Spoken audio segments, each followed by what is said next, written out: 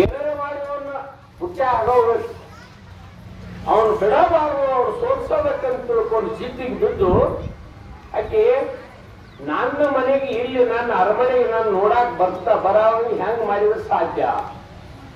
ಒಬ್ಬ 89 ವಯಸ್ಸದ ಮುಗಿತಿ ಆಕಿನ ಕರೆದ ಉಮ್ಮರ ಕೈಯಾಗ ಬರುವಂಗ್ ಮಾಡ್ಬೇಕು ನೀನು ಅಂದ್ರು.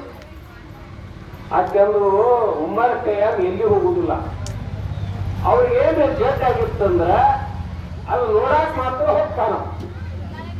ಅದಕ್ಕ ಹಾಗಾದ್ರೆ ನೀ ಹೋಗಿ ನಮ್ಮ ನರ್ತಕಿಗೆ ಜೇಟ್ ಆಗೈತಿ, ಉಳಿಯುವಂತ ಪರಿಸ್ಥಿತಿ ಇಲ್ಲ, ಅಲ್ಕಾನ ಕರ್ಕೊಂಡು ಬರಾಕ್ ಬರುದಿಲ್ಲ, ಅದಕ್ಕೆ ಹೇಳಿ ಕರ್ಕೊಂಡು ಬಾ. ಅವಾಗ ಸರ್ವಜ್ಞಾಗ ಮುದಿಕ್ ಹೋಗಿ ಅವನು ಬಾಗಲ ಬಡುದ ಎಬ್ಬಿಸುದು. ಏನವ್ವ ಏನಪ್ಪ ನನ್ನ ಮಗಳು ಸಾಯಕತ್ತಾಳ, ದೊಡ್ಡ ಕೆಟ್ಟ ರೋಗ ಬಂದತಿ, ಹಿಂಗಾಗೈತಿ ಹಂಗಾಗೈತಿ ಅಂತ ಹೇಳು, ಮತ್ ಕರ್ಕೊಂಡ್ ಬರ್ಬೇಕಿಲ್ವ? ಅದ್ ಬರುವಂತ ಸ್ಥಿತಿ ಆಗಿಲ್ಲ, ನೀನೇ ಅವತ್ತು ನಾ ಕೆಲ್ಸಿ ಬಂದ್ಬಿಡೋದು. ಆ ಮುದುಕಿ ಬೆನ್ ತನ್ನ ಔಷಧ ತಗೊಂಡು ಆ ಮುದುಕಿ ಬೆನ್ ಹತ್ತಿ ಹೋದ. ಬಾದ ಕೂಡ್ಲೆ ದೊಡ್ಡ ಅರಮನೆ ಅಂತ ಅರಮನೆ ಅದು, ಅದರೊಳಗ ಅಂತಃಪುರ ಹಾಕಿದ್ರು. ಅಂತಃಪುರದಾಗ ಒಳಗೆ ಹೊಕ್ಕ ಕೂಡ್ಲೆ ಆ ಮುದುಕಿ ಆ ಬಾಗಲ ಹಾಕಿ ಚಿಲ್ಕ ಹಾಕೊಂಡ್ಬಿಟ್ಟು ಆ ನರ್ತಕಿ ಮತ್ತು ಆಯ್ಕೆ ಅತ್ಯಂತ ಶಯ್ಯಾಗ್ರ ಗ್ರಹ ಅಂತಾರಲ್ಲ, ಅದರೊಳಗ ದೊಡ್ಡ ಬಂಗಾರದ ಮಂಚದ ಮೇಲೆ ಮಲ್ಕೊಂಡಿದ್ರು. ಏನಾಗೈತೆ ಅವ ಅಂತ ಕೇಳಿ, ಏನಾಗೈತಿ ತಿಳಿದ್ರೆ ನಾ ತರುಣಿ, ನೀ ಇವತ್ತು ನಾನು ನಿನ್ನ ವಯಸ್ಸು ಒಂದಾಯ್ತಿ, ನಾ ಸೌಂದರ್ಯವತಿ, ನೀನು ಸೌಂದರ್ಯವಾನದಿ ಇದು ತಿಳಿಯಂಗಿಲ್ಲ, ನಿನಗೆ ಗೊತ್ತಿರೋದು ಒಮ್ಮೆಲೆ ದಿಗ್ಭ್ರಮೆ ಆದವ. ಯಾವ ಸೌಂದರ್ಯ ಯಾವುದು? ಅವಾಗಂತನವ ಯವ್ವ ನಿನ್ನ ಸೌಂದರ್ಯನೂ ಅಲ್ಲಾನ,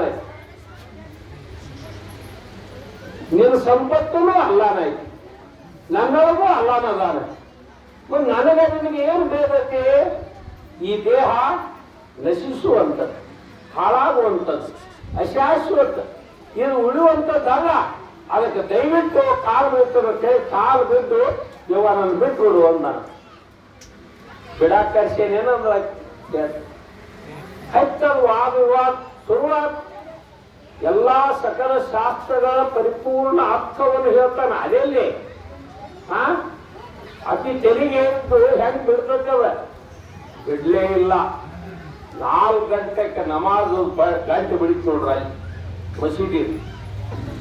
ಅವಾಗವ ತಗದು ಉಗುಳು ಏನ್ ಮಾಡಿದ, ಬಾಗಲ ಮುರಿದ ತನ್ನ ಮಸೀದಿಗೆ ಹೋಗಿ ಅಲ್ಲಿ ಪ್ರಾರ್ಥನಾ ಮಾಡಕತ್ತ. ಆಮೇಲೆ ಆಕೆ ನರ್ತಕಿಗೆ ಹುಚ್ಚ ಹತ್ತಂಗ,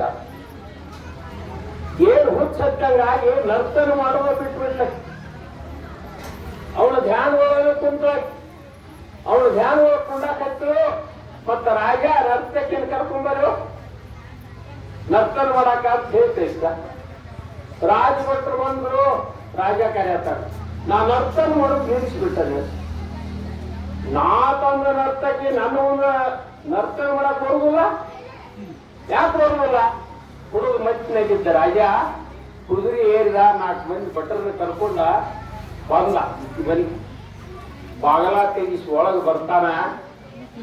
ಆಮೇಲೆ ಈಕೆ ಕೈ ಹಿಡಿಯಾಕ ಹೋಗ್ತಾನ. ಆಕೆ ಯಾರನ್ನೂ ಮುಟ್ಟು ಶಪಥ ಮಾಡಿದ್ರು.